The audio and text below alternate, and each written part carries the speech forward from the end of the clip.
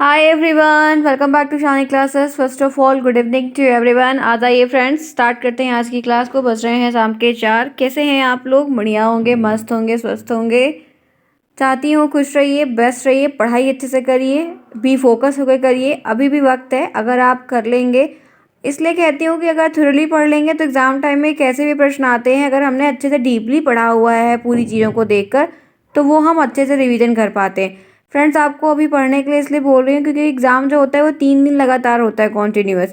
तो आप 4 बजे तक एग्ज़ाम दे के 3:30 बजे तक फिर घर पे आते हैं। उसके बाद से नेक्स्ट डे फिर एग्ज़ाम 3 सब्जेक्ट का रहता है, तो वो हमारे वो बर्डन पड़ जाता है। तो उन तीनों में से फिर हम नेक्स्ट डे एक ही 2 सब्जेक्ट को रिवीजन कर पाते हैं या देख लेते हैं ऊपर ऊपर से, पूरा पढ़ वढ़ नहीं पाते हैं, थक जाते हैं। और पहली बार है आपका भी, तो आदत नहीं रहेगी बिल्कुल भी। इस वजह से मैं आपको ये बात जोर दे के कहना चाहती हूँ कि आप अभी थोरली जब पढ़ रहे हैं तो हर एक चीज़ को अच्छे से समझते हुए पढ़िए, ताकि एग्ज़ाम के एक दिन पहले भी अगर 2-2 घंटे में आप सीरीज अगर रिवीजन कर लेंगे, 2-2 3-3 घंटे में भी सारी चीज़ों को, मतलब बड़े-बड़े नहीं देख पाएंगे, छोटे-छोटे भी देख लेंगे, तब भी आपके लिए इनफ हो जाएगा। लेकिन सीरीज से पढ़ के सिर्फ वहाँ पर जाके एग्ज़ाम में लिखना, फिर आपकी किस्मत है कि आप लिख पाते हैं, पास होते हैं तो बहुत अच्छी बात है, अदरवाइज़ बहुत दिक्कत होती है। क्योंकि सारी चीज़ सीरीज़ में नहीं है। सीरीज़ में पता है क्या दिया रहता है? जो पेपर 2016 से लेके 16 का भी तो अब नहीं देते हैं, 2017-18 से लेके 20-21 तक का जो पेपर हुआ रहता है, उन वही पूरा पेपर का प्रश्न उसमें दिया रहता है। और सीरीज़ में कुछ भी नहीं रहता है। हर साल के पेपर का जो प्रश्न रहता है वही वो आपको वहाँ पर दे देते हैं, प्रोवाइड कर देते हैं, और पूरा पेपर का जो सेट रहता है वो पीछे दे देते हैं। सीरीज़ में आपकी पूरी बुक वगैरह कुछ भी कवर नहीं होता है। आप ये मत सोचिएगा कि उसमें कोई बुक रहती है, बुक कुछ नहीं रहती है। जो पेपर हुआ है इतने सालों का, वही सारा प्रश्न वहाँ पर सॉल्व करके दिया रहता है। तो इस बात को आप ध्यान रखिएगा कि आपने क्या पढ़ना है, क्या क्या, क्योंकि ज़रूरी नहीं है कि पूरा पेपर हर साल का रिपीट हो जाए। इस चीज़ में भी आपको थोड़ा सा अटेंशन रखना होगा। आइए बढ़ते हैं आज के इस क्लास में। ये है आपकी बाल विकास की क्लास। मैंने थोड़ा सा मैथ के सेक्शन को और शिक्षण अध्ययन की क्लास को रोका है। अभी उसमें 1-2 चैप्टर बचे हुए हैं। मैथ में भी 1 बचा हुआ है लगभग, और उसमें भी जो है आपका 1 बचा हुआ है, लेकिन मैंने उसको थोड़ा सा रोका। पहले इधर वाले भी कुछ सेक्शंस को उठा लेते हैं, वरना ये बहुत पीछे पड़ जाएंगे और रिवीजन करना बहुत होता है। तो जितना आपने उसमें पढ़ा है उसको आप रिवीजन करते रहिए। हफ्ते भर पहले उसको पूरा प्रॉपर अच्छे से कर लीजिए। हम एक नई पटरी पे चल रहे हैं, जिसमें नई चीज़ों को भी देख लेंगे। आइए बात करते हैं। ये है आपका एक नया चैप्टर, बाल विकास का है। 50 नंबर का पेपर होगा, 40 प्रश्न आपको आएंगे, 25 आपको हर कीमत पर ले आना है पास होने के लिए। ये बात हमेशा बोलती रहा कि आपके दिमाग में पूरा सब कुछ बैठा रहे कि आपको हर एक काम अच्छे से करना है। ये नया चैप्टर है, बहुत इंपॉर्टेंट चैप्टर है, क्योंकि इससे प्रश्न काफ़ी ज़्यादा मात्रा में बनते हैं और टेट में बहुत आता है। यूपी टेट का पेपर जब आप देंगे, अब की बार 2023 में होगा, सभी को देना है, तो आप लोग भी दीजिएगा। तो आप लोग देखेंगे इस टॉपिक से प्रश्न बहुत ज़्यादा बनते हैं। तो आपको चलो स्टार्ट करते हैं फिर क्लास। आप जुड़े हैं शालिनी क्लास के साथ। मैं हूँ शालिनी, आपका स्वागत करती हूँ। डेली हम मिलते हैं शाम को 4 बजे। ये क्लास आपकी चलती है। शाम को 5 बजे भी आपकी क्लास चलती है। सभी सब्जेक्ट की प्लेलिस्ट बनी हुई है, और 1-2 सब्जेक्ट ऐसे भी हैं जो हमारे ओवर हो चुके हैं। तो आपको रिवीजन करना है, देखना है, समझना है, जानना है, पढ़ना है। जिन बच्चों को नोट्स परचेज करनी, टेलीग्राम पर नोट्स मिल रही है, वहाँ पर राज सर है, उनसे जाइए, प्रॉपर से बात करिए और अपनी नोट्स उनसे परचेज करके अच्छे से पढ़ाई करिए। जैसा भी आपको लगे, जैसा आपकी हेल्प हो, चाहिए तो प्रिंट करवाइए, लिखिए जो आपको बेटर लगे। आइए बात करते हैं आज की इस क्लास का जो टॉपिक है, बहुत ही बढ़िया टॉपिक है, वो है संज्ञानात्मक विकास। ये क्या होता है, इनके बारे में जानेंगे। आपको मैंने सृजनात्मकता का विकास, उसके सिद्धांत और भी जो चीज़ें थी वो बता। संज्ञानात्मक, सृजनात्मक, संवेगात्मक, ये तीनों शब्द अलग अलग हैं। फिर से बोल रही हूँ, संज्ञानात्मक, सृजनात्मक और संवेगात्मक, ये 3 शब्द अलग अलग हैं। तीनों पे बड़े बड़े मेजर टॉपिक्स हैं जिनसे प्रश्न हमेशा बनता है। तो सबसे पहले जब हम बात कर रहे हैं संज्ञानात्मक विकास क्या होता है, ये एक चैप्टर है पूरा ये। तो इसके बारे में जानने से पहले, जो संज्ञानात्मक में एक संज्ञान शब्द है, संज्ञान प्लस आत्मक मिलाकर संज्ञानात्मक बना है। तो पहले जानते हैं कि संज्ञान शब्द होता क्या है, फिर हम एक एक चीज़ को डिटेल में जानेंगे। आइए, लाइक अगर अभी तक नहीं किया है तो लाइक फटाफट पहले आप लोग करके आइए, जाइए, do it fast everyone, each and everyone. आगे देखते हैं एक एक चीज़ को ध्यान से। बात कर लेते हैं संज्ञान क्या। संज्ञान को कॉग्निशन कहते हैं इंग्लिश में, हिंदी में संज्ञान कहते हैं। आप हिंदी में ही जानिए कि ये चीज़ें क्या हैं। संज्ञानात्मकता के क्षेत्र के अंतर्गत बालक अपने मानसिक क्रियाओं के द्वारा अधिगम प्राप्त करता है। इसमें ये एक ऐसा मतलब सेक्टर है, खंड है, या कह सकते हैं हिस्सा है, जहाँ पर संज्ञानात्मक विकास का जो विकास की बात हो रही, वहाँ पर मानसिक क्रिया के द्वारा कार्य होता है। शारीरिक करके कोई कार्य यहाँ पर नहीं के मतलब ये एक ऐसा सीखने का तरीका है या एक ऐसे डेवलपमेंट की बात को सामने ले आकर रखता है जिसमें शारीरिक कोई कार्य नहीं करना, कोई वैसी क्रियाएं नहीं करनी। यहाँ पर मेंटल का जो कार्य है, जो मस्तिष्क के दिमाग को दौड़ाना है, मेंटली कार्य को करना, उसकी बात यहाँ पर ज़्यादा होती है। यहाँ पर अधिगम मानसिक तौर पर ज़्यादा होता है। समझ रहे हैं? अधिगम शारीरिक नहीं कर रहे हैं, हम मानसिक तौर पर अपने मन के दिमाग को, अपने दिमाग के घोड़ों को दौड़ाकर ये कार्य करते हैं एक प्रकार से। संज्ञान के अंतर्गत ज्ञान आएगा, जितने आपके पास ज्ञान है। संवेदना आएगी, जो आपके अंदर संवेदना है। समग्रता आएगी, जो संपूर्ण चीज़ें हैं, क्या क्या जानना है, कितना भरा हुआ। तो होता है कि बहुत लोग बहुत गहनता से बातें करते हैं। विश्लेषण करना, संश्लेषण करना, मूल्यांकन करना, जांच पड़ताल करना, प्रत्यक्षीकरण करना, डायरेक्ट जाकर हर चीज़ को देखना, कल्पना करना, तर्क करना, चिंतन करना, अनुप्रयोग मतलब यूज़ करना उस चीज़ों को, स्मृति को, अपनी मेमोरी को दौड़ाना, बौद्धिक क्षमता इत्यादि आदि आते हैं।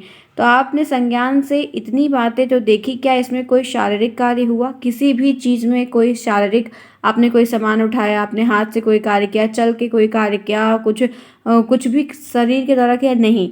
अपने मन में, दिमाग में, बुद्धि का इस्तेमाल, हमारे दिमाग में कहते हैं बुद्धि डेवलप हो, ज्ञान है कि नहीं है? ज्ञान है उसके पास, बुद्धिमान है वो। संश्लेषण करना, विश्लेषण करना, जांच पड़ताल करना, छांटना, उसमें से निकालना, सही को देखना, खराब को देखना, सोचना, विचार करना, चिंतन करना, तर्क वितर्क करना, दिमाग में अपनी स्मृति का अच्छा प्रयोग करना, सामानों को मतलब मन में से सब कुछ चीज़ बनाने वाले जो सोचते हैं कि ये चीज़ें हैं, ये चीज़ ले आनी है, या इसमें और कुछ डाल देंगे तो क्या चेंज हो जाएगा। तो ऐसा हम अपने दिमाग में कैलकुलेशन वगैरह करते रहते हैं। तो कुल मिलाकर संज्ञान का मतलब, अगर मैं पूछूं, एग्जामिनर पूछे, कोई भी पूछे, तो आपको कहना है संज्ञान बराबर मानसिक क्रियाओं के द्वारा अधिगम। क्या कहेंगे? संज्ञान बराबर मानसिक क्रियाओं के द्वारा अधिगम। बस यही इतनी बात आपको अपने दिमाग में लेकर सेंटर तक जानी है। अब वो मानसिक क्रिया कौन कौन सी होगी? ज्ञान, तर्क, कल्पना, चिंतन, अनुप्रयोग, स्मृति, बौद्धिक क्षमता इत्यादि, प्रत्यक्षीकरण, मूल्यांकन, ये सब के सब जो हैं ये मानसिक क्रियाएं हैं जिनके द्वारा हमारा अधिगम होता है, हम सीखते हैं दिन प्रतिदिन। और बड़े होने पर हम इनका ज़्यादा इस्तेमाल करते हैं, छोटे होने पर नहीं। ये बड़े स्तर पर ज़्यादा लागू होता है, क्योंकि बड़े बच्चे जैसे बड़े होते हैं, उनका स्तर बढ़ता है आयु का, वैसे वो तर्क वितर्क करते हैं। छोटे बच्चे तर्क वितर्क नहीं करते हैं, उनका विकास नहीं हुआ रहता है। तो संज्ञान मतलब मानसिक क्रियाओं के द्वारा हुआ अधिगम। आगे बढ़े, समझ में आई? एकदम सीधी और सिंपल बात। आगे बढ़ते हैं, चलिए। संज्ञान की कुछ विशेषताएं हैं। संज्ञान एक कैसी प्रक्रिया है? तो आप कहेंगे कि संज्ञान एक मानसिक प्रक्रिया है जिसके माध्यम से अब वो व्यक्ति क्या क्या कर सकता है, इस बात को जानते हैं। जानकारी को प्राप्त कर सकता है। अगर आपको कोई इन्फॉर्मेशन प्राप्त करनी है तो आप अपने दिमाग के घोड़ों को दौड़ाकर आराम से उस चीज़ को पा सकते हैं, चाहे सर्च करके, पूछ के, या कुछ भी करके। समस्या का हल निकाल सकते हैं। हम सोचते हैं, कोई प्रॉब्लम में पड़ते हैं तो हम दिमाग अपना लगाते हैं कैसे करें, क्या करें, कैसे करें, क्या करें, तो वो चीज़ आसानी से कर लेते हैं। चिंतन और तर्क करता है। जो संज्ञान का इस्तेमाल करता है वो हर समय चिंतन, और हर समय नहीं मतलब तर्क और चिंतन में भी पूर्ण रहता है। दो वस्तुओं के बीच में विभेदन करना, विश्लेषण करना, संश्लेषण करना, ये सब इसी में आ जाता है कि क्या है दोनों में डिफरेंस, क्या कौन सा बेटर है, कौन खराब है, मुझे क्या लेना चाहिए, क्या नहीं लेना चाहिए, क्या करना चाहिए। तो ऐसा हम चूज़ कर पाते हैं। कल संकल्पना को याद करता मतलब अपनी मेमोरी को, पुराने में कोई कार्य पहले किया था, बाद में कोई सालों बाद फिर कर रहे हैं, कोई और चीज़ें याद करके कोई कार्य कर रहे हैं, तो उसका भी हम काफ़ी बढ़िया प्रयोग कर पाते हैं। तो संज्ञान क्या है? एक मानसिक क्रिया है। समझ पा रहे हैं आप? संज्ञान क्या है? एक मानसिक क्रिया है। आगे बढ़ते इसी के साथ आपको संज्ञान की विशेषता लिखने को आएगी तो आप लिख सकते हैं, जानकारी को प्राप्त करने में मदद मिलती है, समस्या बहुत जल्दी सॉल्व हो जाती है, चिंतन और तर्क का काफ़ी बढ़िया एक संगम देखने को मिलता है। ऐसी बातें आप बनाकर 2-3 लिख सकते हैं, आराम से प्रश्न बनता है, आएगा। आगे चलते हैं। बालकों में संज्ञानात्मक विकास क्या होता है? तो संज्ञानात्मक विकास का तात्पर्य होता है बालक में सीखने एवं जानकारी इकट्ठा करने के कौशलों के विकास से। मतलब किसी चीज़ को सीखना है, कोई जानकारी इकट्ठा करनी है, तो वो कैसे आप सीख सकते हो, उसके बारे में आप कैसे जानकारी को इकट्ठा कर सकते हो, उसके बारे में कैसे हर चीज़ को पता कर सकते हो, उस पर कार्य कैसे कर सकते हो। तो ये सारे कौशलों का विकास आपको संज्ञानात्मक विकास से ही आता है, क्योंकि हम कोई कार्य करने से पहले उसके बारे में हर चीज़ को सोचते हैं, जानते हैं। जैसे आपका भी जैसे मान लीजिए आज डेट निकल जाती है एग्ज़ाम की, तो आप सोचेंगे ना कि मेरे पास इतना दिन बचा हुआ, 8 सब्जेक्ट है, अगर मैं एक सब्जेक्ट को 5-5 दिन या 6-6 दिन डिवाइड करके पढूं तो मुझे एक सब्जेक्ट को 6 दिन, 1 हफ्ते पढ़ लेना है। इस तरीके से हम लोग बांट लेते हैं, 3 दिन बांट लेते हैं। 3 दिन में किताब खत्म कर लेंगे, 3 दिन में नोट्स खत्म कर लेंगे, 2 दिन रिवीजन कर लेंगे, ऐसे ऐसे स्ट्रेटजी बनाते हैं कि नहीं। तो आपको हर चीज़ के आप जब अपने माइंड में मेकअप करते हैं आप हर एक चीज़ को करने का, या कोई भी चीज़ हो, पढ़ाई हो, लिखाई हो, कोई कार्य हो, कुछ भी हो, तो वो जो तर्क वितर्क आपके दिमाग में चलता रहता है, तो वो तो आपके मानसिक क्रियाओं के द्वारा हो गया। तो वो कौशल्स जो आपके मन में आपने ऐसा सोचा, वो आपकी मानसिक क्रियाओं के द्वारा ही हुआ। समझ रहे हैं? तो संज्ञानात्मक विकास का मतलब क्या होता है कि बालकों में सीखने और जानकारी इकट्ठा करने के कौशल का विकास करना, कि वो सीखना चाहें या सीख पाएँ या जानकारियों को इकट्ठा कर पाएँ, इनके अंदर ये योग्यता भी होनी चाहिए। आगे बढ़ते हैं, यहाँ तक क्लियर है? जितनी बातें हैं, बातें ना करके हम अच्छे से हर चीज़ को पढ़ते हुए चलेंगे तो वो हमारे लिए बहुत बेस्ट होगा और हम बहुत सुपीरियर वे में हर एक चीज़ को समझ जाएंगे। बहुत ही अच्छा टॉपिक ये चल रहा है, ध्यान से देखिए, ध्यान से समझिए, काफ़ी प्रश्न आपको इससे देखने को मिल जाएंगे। आगे बढ़ते हैं नेक्स्ट। चलिए अब बात कर लेते हैं मेन मुद्दे पे, संज्ञानात्मक विकास होता क्या है। संज्ञानात्मक विकास होता क्या है, ठीक है, कॉग्निटिव डेवलपमेंट कहते हैं इसको, ध्यान रखना, इंग्लिश में कॉग्निटिव डेवलपमेंट कहते हैं। मनोवैज्ञानिक जीन पियाजे का मानना है ये संज्ञानात्मक विकास के जन्मदाता से अगर प्रश्न बनता है कि संज्ञानात्मक विकास कौन ले आया, निर्माता कौन है, तो जीन पियाजे इनका नाम है। ध्यान से आज सुन लीजिए, संज्ञानात्मक विकास के जन्मदाता, प्रवक्ता, निर्माणकर्ता कौन, तो जीन पियाजे संज्ञानात्मक विकास। ध्यान रखना, इनका कथन बहुविकल्पी प्रश्न, टेट में, सुपर टेट, डीलेट, हर जगह भर भर के प्रश्न बनता है। जीन पियाजे संज्ञानात्मक विकास याद रखिएगा, ठीक है। अब इन्होंने यहाँ पर कहा है कि संज्ञानात्मक विकास खोज पर आधारित होता है। इन्होंने संज्ञान को बोल दिया खोज। क्या बोला? खोज, क्योंकि हम तर्क कर रहे हैं, हम समस्या है तो मनोचिंतन कर रहे हैं तो कोई सोल्यूशन खोज रहे हैं ना, तो इन्होंने संज्ञान का मतलब खोज से जोड़ दिया है कि खोजना, खोजी प्रवृत्ति का जो स्वभाव है बच्चों में ले आना, वो मन में होता है, क्योंकि हम मन में दिमाग को अपना राउंड अप करते हैं कि मुझे ये चीज़ ऐसे करनी है, वैसे करनी है। आइए बात करते हैं तो समझ में आपको और आएगा। कह रहा है कि इसमें व्यक्ति अपनी ज्ञानेंद्रिय के अनुभव के द्वारा अपनी सोच का निर्माण करता है। जो व्यक्ति है उसके अंदर जो ज्ञानेंद्रियों की पावर है, उसके अनुभव के द्वारा वो अपनी सोच का निर्माण करता है, अपने सोच के दायरे को बढ़ाता है। उदाहरण लेते हैं कि अगर कोई छोटा बच्चा किसी गर्म चीज़ को छू लेता है, छोटे बच्चे हैं कोई गर्म चीज़ को छू लेते हैं तो उसे जलने का एहसास हो जाता है कि वो जल रहा है, गर्म गर्म है, तो उसे डरावनी चीज़ समझता है। तो बच्चा क्या करेगा, जब उसे कुछ नहीं पता है तो वो उसको एक डरावनी चीज़ समझेगा। बच्चे के पास अपने अनुभव को कहने के लिए शब्द नहीं होता, बच्चे के पास, छोटे बच्चे से कोई शब्द नहीं होगा, लेकिन वो अपने हाथ को बटोर लेता है अपनी तरफ, आगे नहीं बढ़ता है। लेकिन वो समझ जाता है कि इस चीज़ से हमको दूर रहना है, लेकिन वो समझ जाता है कि ये जो सामान है इस सामान से हमको दूर रहना है, और बाकी लोगों को भी इशारे करता है इसको दूर रहने के लिए। जैसे नाली वगैरह पड़ जाती है, कई बच्चे देख के आए हैं, या बॉल गिर गई, कुछ गिर गया है, या देखिए सबसे बेस्ट एग्जांपल बताऊं, जब एक बच्चा अपने बेड से, तखत से, मतलब बेड से नहीं उतर पाता है नीचे, उसका कोई सामान गिर जाता है तो वो बार बार झांकता है, या बार बार कोई है तो उसको दिखाने का, चिल्लाने का, ई करने का प्रयास करता है कि उसको समझ में आज बता दे कि मेरा खिलौना नीचे गिर गया। लेकिन अगर वो फिसल जाए, लेट के झांकता रहता है, ठीक है, अक्सर अगर बेड के नीचे गिर गया है तो बेड के नीचे वो झांकता रहता है अक्सर, लेकिन गिरता नहीं है, पकड़े रहता है, बहुत मजबूती से वो चादर और कपड़ों को पकड़े रहता है। अगर फिसल गया बाय मिस्टेक तो वो एक अलग बात है कि वो एक्सीडेंटली गिर गया वो बच्चा, नहीं तो वो बच्चा फिर इतना समझदार, उतनी बुद्धि डेवलप हो जाती है कि वो खुद से आगे नहीं कूदते हैं। जब वो बच्चा बेड से अपने आप वो सरक के, जैसे वो होते हैं ना, जाते हैं सरकते हैं, और सरक के जब वो अपने आप नीचे उतर जाते हैं तब तो वो चले जाते हैं, तब तो वो उठा लेंगे, कर लेंगे, लेकिन जब तक वो बच्चा नीचे अपने आप से नहीं उतर पा रहा तब तक वो बच्चा वहीं टंगा रहेगा, रोएगा, चिल्लाएगा, लेकिन कभी उस चीज़ को नहीं करेगा। तो इसी तरीके से ऐसे जब कोई चीज़ जो डरावनी है, छू लिए हैं, कर लिए हैं, जैसे मैं एक एग्जांपल छोटा सा बताती हूँ कि एक बच्चा, ठीक है, वो एक दिन चाय की गिलास को हल्का सा उसको छू गया, चाय की गिलास, गरम गरम चाय अगर आएगी, उंगली नहीं डाला, मतलब बाहर से ही पकड़ा, और लेकिन वो उसको गरम गरम फील हुआ, वो बोल के हट गया। अब वो बच्चा कभी भी चाय की गिलास को नहीं छूता। उसको अगर आप छोटी गिलास लिए हो, कुछ भी गिलास लिए, उसको बोल दोगे चाह चाह, तो ऐसा मैंने देखा है, तो बता रही हूँ आपको, तो वो डर जाता है, उसको दिमाग में है कि ये चीज़ गर्म है, मुझे इससे चोट पहुँचेगी। तो ये संज्ञान है। अभी आप उसको बताओ कि उसको ये चीज़ गर्म है बेटा ना करो, तो वो 100% उस काम को करेगा। लेकिन जब उसको खुद एहसास हो गया, अब वो कभी नहीं करेगा, आप चाहे जो कर दो। तो उसके दिमाग में ये बात आई कैसे, छोटा है, कौन सा दिमाग डेवलप हुआ, कोई दिमाग नहीं डेवलप हुआ, उसके मन में ये बात आ गई। तो ये छोटे बच्चों में ये जो ज्ञानेंद्रिय का अनुभव हुआ उसको, वही बात मैं आपको सिखा रही हूँ। समझ पाए आप कि क्या बात है? अगर आपके घर में बच्चे हैं तो आप करके देख लीजिएगा, आपको साक्षात जलाइएगा नहीं उनको, नहीं तो बच्चे जल जाएं। बस हल्का सा उनको देख लीजिएगा, ठीक है, ट्राई कर लीजिएगा, बात गलत नहीं है। आगे बढ़ते हैं इसी के साथ। इस तरह से सीखने की इस तरह से सीखने के सक्रिय रूप में भी सीखना कहते हैं। इंसान सीख जाता, बच्चा सीख जाता है। जो व्यक्ति को ये कार्य को कर रहा है, वह अपने विचार में नए विचारों को शामिल करता है। इस प्रक्रिया को ही हम सातवीकरण कहते हैं, ठीक है। ये तो टेट के लेवल से है। ध्यान से देखो कि जब हम कोई चीज़ को सीखते हैं और सीखने के द्वारा हमारे मन में नए विचार जब पनप जाते हैं या नए विचार उसमें शामिल हो जाते हैं, जाहिर सी बात है कि जब हमें उससे कोई कार्य है कर रहे हैं, नहीं पता, और कार्य कर लिए, तो नया चीज़ आ गया ना कि अच्छा ये ऐसे होगा, तो वो चीज़ क्या है, सातवीकरण है।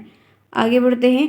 इसके अलावा एक दूसरी भी प्रक्रिया होती है जिसे संतुलन कहते हैं। एक वर्ड है सातवीकरण, मतलब नई चीज़ों को ले आकर उसमें इन्वॉल्व करना, और एक है संतुलन। इस प्रक्रिया हमें इंसानों को व्यवहार को समझने में मदद करती है। संतुलन जो होता है वो लाइफ में बहुत ज़रूरी होता है, क्योंकि बिना बैलेंस के गाड़ी नहीं चलती है किसी की भी। तो इंसान के व्यवहार को समझने में कैसा है क्या है, वो बहुत आपको ये संतुलन काफ़ी हेल्प करता है।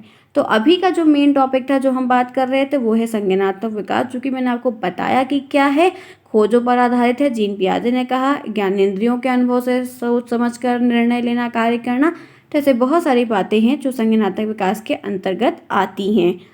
क्लियर सभी को? यहाँ तक बात समझ में आई? कोई प्रॉब्लम किसी को है? एक बार नहीं तो 2 बार आके देखिए। जिन्होंने क्लास को नहीं लाइक किया, फटाफट क्लास को लाइक करके आइए, फिर हम आगे बढ़ते हैं। आगे चलें? अच्छा आइए चलते हैं। अब बात कर लेते हैं संज्ञानात्मक विकास की विशेषता। आइए कुछ विशेषताओं से मिलते हैं। आपको आएगा 2 विशेषता बताइए, 3 विशेषता बताइए, 4 विशेषता बताइए, तब मैं आपको यहाँ पर क्लियर बता रही हूँ। आगे आइए। सबसे पहली विशेषता है कि ये एक जटिल मानसिक प्रक्रिया है जो अमूर्त रूप से होती है। ये जटिल मानसिक प्रक्रिया है। मानसिक प्रक्रिया है, उसके आगे जटिल जोड़े, क्योंकि टफ है ना। बट कोई सारे बच्चे एक साथ अगर अच्छा सोच लेंगे तो सब बड़े नहीं बन जाएंगे, सब नहीं सोच पाते हैं ना, तो वो चीज़ है। अमूर्त है हाँ, क्योंकि हम अपने मन में सोचते हैं। दूसरा टॉपिक, संज्ञानात्मक विकास सामान्य से विशिष्ट की ओर चलता है। इन्होंने बोला कि जो संज्ञानात्मक विकास होता है ना, ये सामान्य से विशिष्ट है। पहले हर चीज़ नॉर्मल रहेगी, फिर विशेषता की ओर ले जाएगा। फिर संज्ञानात्मक विकास की प्रक्रिया व्यक्तिगत होती है। संज्ञानात्मक विकास व्यक्ति, हाँ क्यों? क्योंकि आप अगर कोई चीज़ सोच रहे हैं तो अपने मन में सोच रहे हैं, मैं कोई चीज़ सोच रही हूँ तो मैं अपने मन में सोच रही हूँ ना, मैं आपके मन में झाँक के थोड़ी सोच सकती हूँ, तो वो व्यक्तिगत हो गया। संज्ञानात्मक विकास का मूल आधार संवेदना और प्रतीक होता है। इसमें संवेदना ज़्यादा अहम रोल प्ले करती है और प्रतीक, क्योंकि कुछ चिन्ह है, कुछ सिंबल है या कुछ हिंट है जिसके हमें कुछ जैसे हम कोई चीज़ सोच रहे हैं या खोज रहे हैं या कुछ करना चाहते हैं, तो कुछ क्लू होगा ना, कुछ एक आध 2 पॉइंट तो पता होगा ना, तो उसी के बेस पे कर पाते हैं। तो इसमें मूल आधार ये भी चीज़ मानी जाती है। आगे बढ़ते हैं। संज्ञानात्मक विकास से बालक में सीखने की क्षमता बढ़ती है। संज्ञानात्मक विकास एक ऐसा कॉग्निटिव डेवलपमेंट, एक ऐसा डेवलपमेंट होता है जिससे बच्चों की जो सीखने की एक एबिलिटी है, जो सीखने की क्षमता है, उसका बड़ा विकास देखने को मिलता है, काफ़ी महत्वपूर्ण पहलू को निभाता है। संज्ञानात्मक प्रक्रियाओं का विकास शैशवावस्था से पहले ही प्रारंभ, ये एक ऐसा डेवलपमेंट है प्रक्रियाओं का जो शैशवावस्था जब आती है उससे पहले ही वो स्टार्ट हो जाता है, पहले ही होने लगता है, पहले ही सीखने लगते हैं। काफ़ी अच्छा डेवलपमेंट माना जाता है। तो ये आपकी विशेषताएं मैंने आपको बताई। आपको 3 कोई भी याद रखना है। 2 नंबर में पूछे तो 5 लिखना है, 1 नंबर में पूछे तो 3 लिखना है। 3 और 5 का एक रेशियो बना लीजिए, आप आराम से कर ले जाएंगे कि कौन से सेट में पूछा। अगर हमको 1 नंबर पूछेगा तो हम उसमें पूछेंगे, और उसमें पूछेगा तो उसमें पूछेंगे, ठीक है। यहाँ तक क्लियर सभी को? आसान लग रहा है? बहुत सिंपल है, समझने का प्रयास करेंगे तो कर लेंगे, आसानी से है। हम आपको बता रहे हैं, हर एक चीज़ को समझते चलिए तो हो जाएगा, कोई दिक्कत की बात नहीं है। आराम से क्लियर से बता देंगे, आपको समझ में आ जाएगा। चलिए देखते हैं, फिर इसी के साथ आगे बढ़ते हैं। यहाँ पर नई नई चीज़ों को जानते हैं तो समझ में आते हैं। आगे देखते हैं टॉपिक क्या है। अब टॉपिक है कि बालकों में संज्ञानात्मक विकास की अवस्था। ये सबसे ज़्यादा इंपॉर्टेंट है। जितनी बात मैंने अभी तक ऊपर आपको बताई, अब एक मेजर पार्ट आएगा जो बहुत इंपॉर्टेंट है। संज्ञानात्मक विकास एक निश्चित अवस्थाओं के क्रम में होता है। जी हाँ, एक निश्चित क्रम में चलता है इसका। उसके प्रकार अवस्थाएं बताई गई हैं, तो उसका अवस्थाओं का क्रम है, उसी अवस्थाओं में होता है। यहाँ पर कह रहा है कि अगर आप संज्ञानात्मक विकास को समझना चाहते हैं तो जीन पियाजे के सभी सिद्धांत को अच्छे से सरल समझ लीजिए। सरल है, आपको हर एक चीज़ समझ में आ जाएगी। तो अब अवस्था की बात है, तो चलिए आपकी अवस्था से आपकी मुलाकात करवाते हैं, दिखाते हैं क्या है। अभी जीन पियाजे के बारे में थोड़ा सा है जो कि आप जान लेंगे। फिर ये अवस्थाएं ये हैं, ये देखिए, संवेदी पेशी अवस्था, पाक संक्रियात्मक अवस्था, मूढ़ संक्रियात्मक अवस्था और औपचारिक संक्रियात्मक अवस्था या संक्रिया कहिए, चारों हैं। यही चार हैं जो जीन पियाजे की चार संज्ञानात्मक अवस्था है। बहुत इंपॉर्टेंट है, very very very very very very important है। ध्यान रखिएगा, यूपी टेट में बहुत प्रश्न बनता है, बहुत बनता है फ्रेंड्स। इतना इन्हीं अवस्थाओं में पूछ लेता है कि आप सोच भी नहीं सकते, इतना ज़्यादा आएगा। ठीक है, तो अभी तो हम आपको डीलेड के स्तर से ही बताएंगे, जितनी चीज़ें इंपॉर्टेंट होगी बाकी का हम फिर बताएंगे। ठीक है, तो चलिए आपको पहले जीन पियाजे के बारे में थोड़ा सा जानते हैं। कह रहा है, टॉपिक है जीन पियाजे का संज्ञानात्मक विकास का सिद्धांत। अब ये क्या है ये समझते हैं। जीन पियाजे स्विट्जरलैंड के एक मनोवैज्ञानिक थे। ध्यान रखना ये कहाँ के थे, स्विट्जरलैंड के। ये बहुविकल्पी प्रश्न बनता है कि कहाँ के रहने वाले थे, स्विट्जरलैंड के। ठीक है, कौन थे, एक मनोवैज्ञानिक थे। उन्होंने खोज किया कि बालकों का बुद्धि का विकास किस प्रकार है। इन्होंने ये कार्य पर वर्क किया कि बच्चों का जो बौद्धिक विकास है वो किस प्रकार से होता है। इस खोज को करने के लिए स्वयं अपने बच्चों को अपनी खोज इन्होंने अपने बच्चों का ही अध्ययन किया और अपने खोज में अपने बच्चे को ही शामिल किया, अपने बच्चों का पूरा अध्ययन किया, तब जाके सारी बातों को क्लियर इन्होंने लिखा। जैसे जैसे बच्चे बड़े होते उनके मानसिक विकास संबंधी क्रियाओं का भी बड़ी बारीकी से अध्ययन करते रहे। जैसे जैसे उनके छोटे बच्चे बड़े होते गए, वो उनकी दिन प्रतिदिन की घटनाओं को, हर हर घंटे की घटनाओं को ध्यान से देखते गए और लिखते चले गए। इस अध्ययन के परिणाम स्वरूप उन्होंने जिस विचार का प्रतिपादन किया, उन्होंने जीन पियाजे के मानसिक या संज्ञानात्मक विकास के सिद्धांत के नाम से जाना था। ये नाम है, इस जो ये आप विकास पढ़ रहे हैं उसका नाम है जीन पियाजे का संज्ञानात्मक विकास। यही है पियाजे का संज्ञानात्मक विकास, जिसकी वजह से ये हेडिंग बहुत विख्यात हुई और इन्होंने अपने बच्चे को जब पढ़ के सारी बातों को लिखा, इसीलिए ये बहुत हद तक सही है। जो भी मैंने चाय वाला इंसिडेंस बताया है, और कोई चीज़ को आप ट्राई कर लेना, किसी और चीज़ को लेकर देखिए, ये चीज़ आपको दिखेगी जो 1 साल 1.5 साल का बच्चा होगा, 1.5 साल का लगभग, 2 साल का लगभग। ठीक है, वो चीज़। तो ये इन्होंने, जीन पियाजे साहब एक ऐसे साहब है, इन्होंने संज्ञानात्मक विकास पर बहुत जोर दिया, समझा, परखा, तब सारी बातों को लिखा। और ये दे इसलिए पाए क्योंकि इन्होंने अपने ही बच्चे का छोटे से लेके काफ़ी स्तर तक पढ़ा, देखा, अध्ययन किया, तब सारी चीज़ों को लिखा। तो चीज़ें वास्तविकता के तौर पर घटित होती, इसीलिए इनके द्वारा जितने उदाहरण दिए गए हैं वो बेस्टम बेस्ट हैं, इससे बेस्ट हो नहीं सकता। आगे चलते हैं। संज्ञानात्मक विकास का तात्पर्य होता है बच्चों के सीखने और सूचना एकत्रित करने के तरीके से। संज्ञानात्मक का मतलब होता है कि बच्चों को जो सीखने का और सूचना एकत्रित करने का तरीका है वो कैसा है, क्या किस तरीके से वो सीख रहे हैं और किस तरीके से वो सूचनाओं को एकत्रित कर रहे हैं। इसमें अवधान में वृद्धि, प्रत्यक्षीकरण, भाषा, चिंतन, स्मरण शक्ति, तार्किक शक्ति, ये सारी शक्तियाँ इसमें शामिल होती हैं और इनका ही प्रयोग करके हम सीखते चले जाते हैं। अब बात कर लेते हैं, पियाजे ने संज्ञानात्मक विकास को मुख्य रूप से कितने भागों में बांटा है, तो 4 रूपों में। ये 4 संख्या के रूप में भी पूछ सकता है और वो 4 के नाम भी पूछ सकता है। इस बात को बहुत ही क्लियर तरीके से ध्यान रखना होगा। क्लियर? आप लोगों को कोई बातें समझ में आई कि नहीं समझ में आई? आज ये जो चैप्टर है मैं ख़त्म करूँगी, इसीलिए आपको आराम से हर चीज़ बता रही हूँ, क्योंकि फ्रेंड्स वैसे भी 31-32 क्लास हो चुकी है। अभी आपका ये टॉपिक है, इसके बाद का जो टॉपिक होगा हम देख के बताएंगे। सिलेबस मेरे दिमाग में अभी फ़िलहाल नहीं है, देख के बताएंगे क्या है। जितनी चीज़ें दिमाग में थी उतना मैंने करवा दिया, तो बहुत वक्त आपका नहीं लूँगी। अभी सिर्फ 23 मिनट हो रहा है, आराम से आप एक ही क्लास में देखो और रिवीजन करो, क्योंकि मैं बहुत ज़्यादा छोटे छोटे वीडियोज़ को मल्टीपल टाइम डिवाइड करके एक एक दिन में 10-10 ऐसे टॉपिक में नहीं करती हूँ, ताकि आपका भी समय कम जाए, मेरा, क्योंकि कोर्स छोटा है, सिलेबस बहुत बड़ा दिया है, तो हमें उसमें से चुनिंदा चीज़ों को छांट के पढ़ना है। ठीक है, चलो। तो वो 4 अवस्थाएं क्या है, एक संवेदी पेशी अवस्था पहली है, दूसरी पाक संक्रियात्मक है, तीसरी मूर्त संक्रिया है और एक औपचारिक संक्रिया या औपचारिक संक्रियात्मक अवस्था, यही कहते हैं। Sensory motor, pre operation, concrete और फॉर्मल। ठीक, अब एक एक बताएंगे, ध्यान से चलिए। अगर आज की क्लास में आप लोग के 100 लाइक्स नहीं रहे ना तो बहुत गलत बात है। फ्रेंड्स, इतनी मेहनत कर रही हूँ, प्रॉपर बोल रही हूँ, हर एक उदाहरण रियल लाइफ का बता रही हूँ और बेस्ट से बेस्ट कर रही हूँ, काफ़ी दिनों से कर रही हूँ, तो लाइक तो बनता है ना। चलिए, जिन्होंने नहीं किया है करके आए। पहला है संवेदी पेशी अवस्था। संवेदी पेशी अवस्था को सबसे पहले तो इनका जो काल है वो पूछा जाता है कि संवेदी पेशी अवस्था का काल क्या है, तो आप कहेंगे जन्म से 2 वर्ष। ये ध्यान रखना, ये बहुविकल्पी में पूछ लेगा, अतिलघुत्तरी में लिखने को आएगा। पहला 1 नंबर तो मैंने यही बता दिया। संवेदी पेशी अवस्था का काल क्या है? तो जन्म, जैसे शैशवावस्था का जन्म से 6 वर्ष है, वैसे संवेदी पेशी अवस्था कितने साल तक रहती है? तो जन्म से 2 वर्ष तक।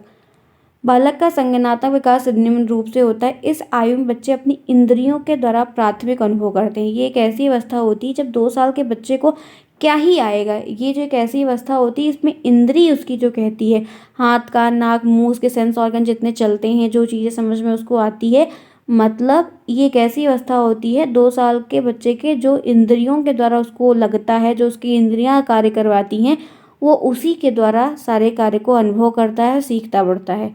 ठीक है, क्योंकि छोटे बच्चे 2 साल के बच्चों का कोई चीज़ समझाओगे उन्हें उतनी नहीं आएगी, उनके मन में जो आएगा वो वही करेंगे। इस अवस्था में बालक जिन वस्तुओं को प्रत्यक्ष देखते हैं उनके लिए उसी का अस्तित्व होता है। उनको जो चीज़ सामने उनकी आंखों के सामने दिखाई देती है उनको सब कुछ वही लगता है। अमूर्त चीज़ें उस समय उनके मन में कुछ नहीं होती हैं, मूर्त जो होगा वो वही जानेंगे। इस आयु में बालक की बुद्धि उसके कार्यों के द्वारा व्यक्त, बच्चा जो कार्य करता है उसके द्वारा उसकी बुद्धि व्यक्त होती है। उदाहरण के लिए, चादर पर बैठा शिशु चादर पर थोड़ी दूर स्थित खिलौने को प्राप्त करने के लिए चादर को खींचकर खिलौना प्राप्त करता है। जैसे दूसरी ओर बैठा है, ठीक है, बच्चे बेके बेके अगर चल रहे हैं तो ठीक है, अगर उसके नहीं जाने का मन है, वो चल रहा है तो उठ के चला जाएगा, ले लेगा, कुछ भी है। लेकिन कभी कभी देखिए बच्चों को कोई चीज़ पानी है, दूर है, कुछ भी है, तो वो कोशिश करते हैं ना। तो अगर कोई खिलौना है, चद्दर पे एक साइड बैठा एक साइड खिलौना, तो वो क्या करेगा? अगर खिलौना पहले पाने का प्रयास करेगा, अगर नहीं पा रहा है तो चद्दर को खींचेगा, खिलौना उसके पास चलाएगा। तो ये चद्दर को खींचने को कौन सिखाएगा? कोई माँ बाप सिखाएंगे बेटा अगर खिलौना दूर है तो तुम चद्दर खींचो? कभी सिखाएंगे? कभी नहीं सिखाएंगे ना। या तो वो बेके बेके चल के जाए ले ले, या तो आप उसको दे दो, या तो वो कैसे चला है, कुछ चलने वाला खिलौना हो।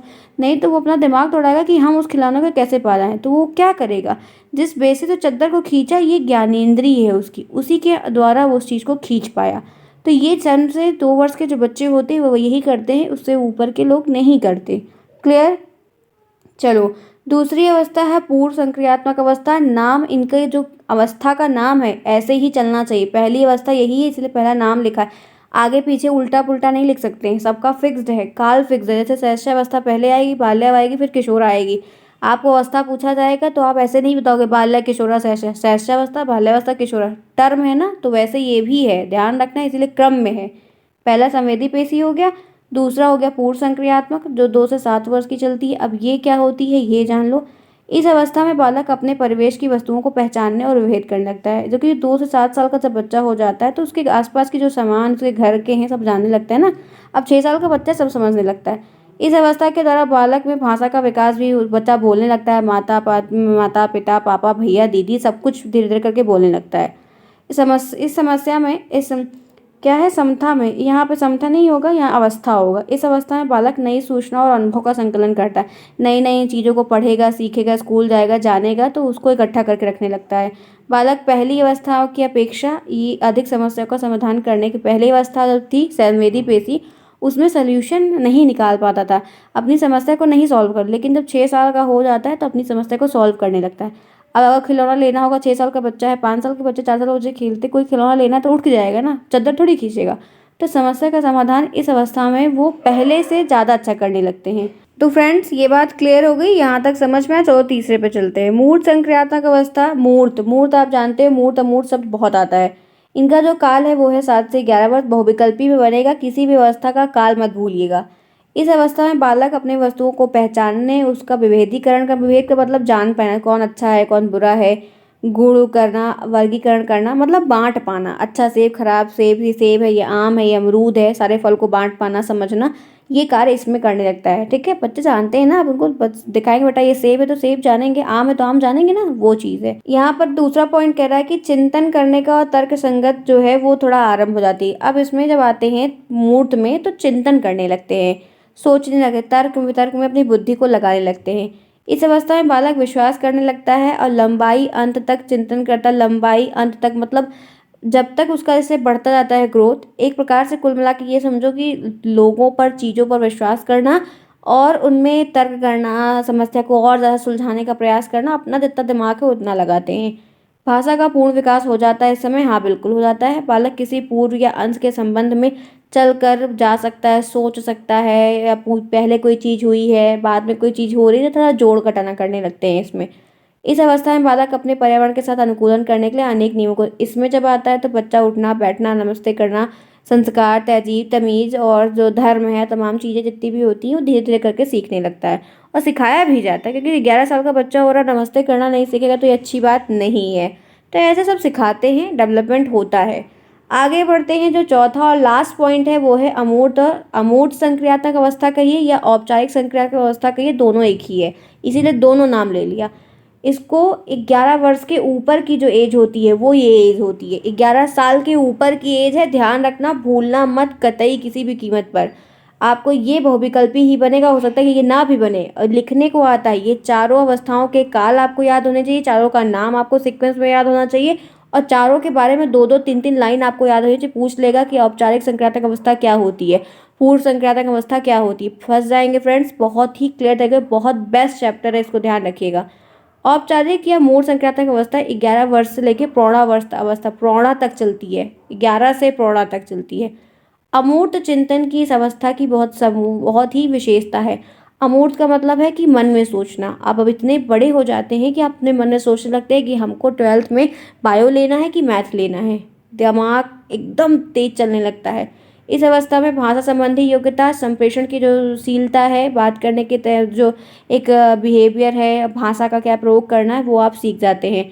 अब आप जैसे बिहेव करेंगे सब तो आपको धीरे धीरे सीखना पड़ता है ना, वो चीज़ें। इस अवस्था में अपने संक्रियात्मकता को संगठित कर उच्च स्तर का संक्रियात्मक का निर्माण करते हैं। मतलब अपनी संक्रियात्मक का मतलब सूचना को इकट्ठा कर लेते हैं, उसके बाद हम एक अच्छा कुछ नया बनाते हैं या कुछ नया कार्य करते हैं। इस अवस्था में बालक विभिन्न प्रकार की समस्याओं को मतलब समाधान ढूंढ लेता है। कैसी भी समस्या आएगी हम देख लेंगे, अपना दिमाग पूरा दौड़ाता है। बालक में अच्छी तरह से सोचने और समाधान करने के लिए, निर्णय लेने के लिए क्षमता का विकास इसी में हो जाता है कि हमारे लिए क्या बेस्ट होगा क्या नहीं होगा, हमें क्या करना चाहिए नहीं करना चाहिए।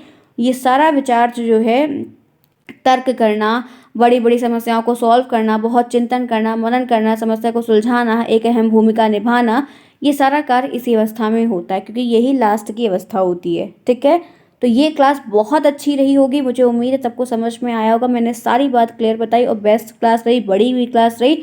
आप पूरी क्लास को देखो, समझो, जानो, एक बार नहीं 2 बार समझो, क्या क्या कहाँ पर बोला, क्या प्रश्न बनेगा वो ध्यान रखो। क्लास कैसी लगी आज की, ये आप सभी मुझे फीडबैक में अपना देकर ज़रूर बताएंगे। मिलेंगे फिर हम नेक्स्ट में नई बातों के साथ, नई चीज़ को जानेंगे समझेंगे। तब तक के लिए best of luck, bye bye, see you soon.